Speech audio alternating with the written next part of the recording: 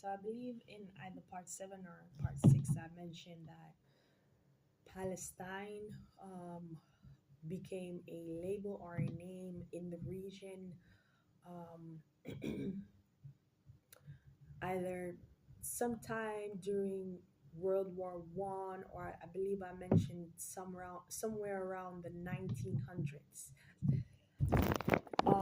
At least that's when somebody probably started talking about it, whether it was a British or a French person or someone during the League of Nations or um, whatever it is during that time and that period that was trying to address the region, um, present day Israel, and what to do with, and especially after World War II, what to do with these people, the European or German Jews, right?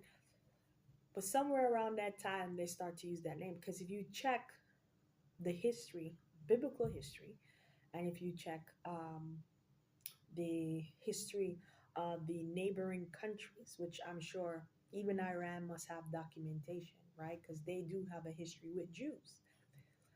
So the region would be known as a place where the children of Israel, where they resided, or something to that degree, right?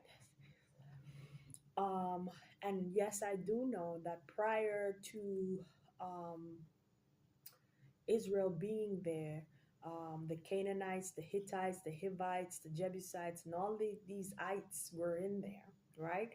And to some degree, a lot of them were cleared out according to God's will because many of them were not worshiping God. So, God, He's the one that will exalt and put down. And even when the children of Israel, when they disobeyed, um, many of them at times were driven out of the land. Sometimes he left a remnant, and sometimes those that left came back. All right.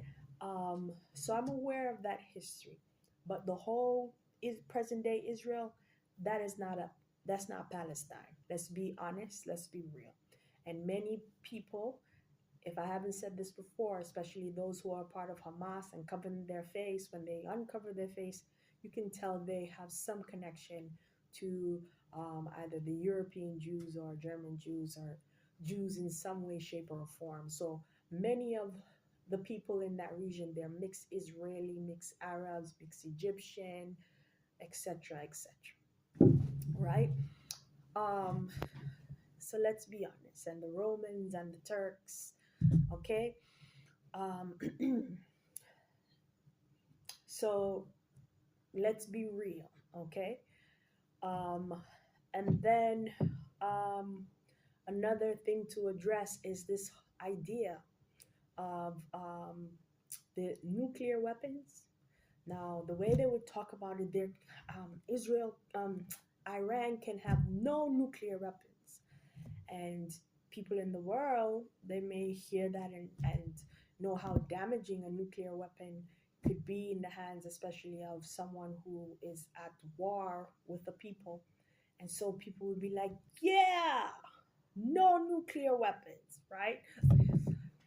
And um but then, I mean, even I was like on board with that, yes, because that sounds like wisdom. Why would um, the people of Iran have a nuclear weapon and there's constant war against the people who are in the present day Israel?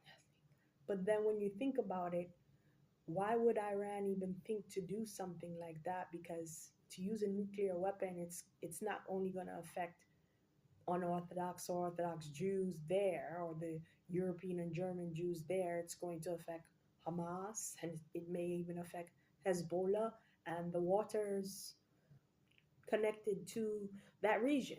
So um, that wouldn't even make sense. But then again, if somebody's really angry, some people just don't care, right?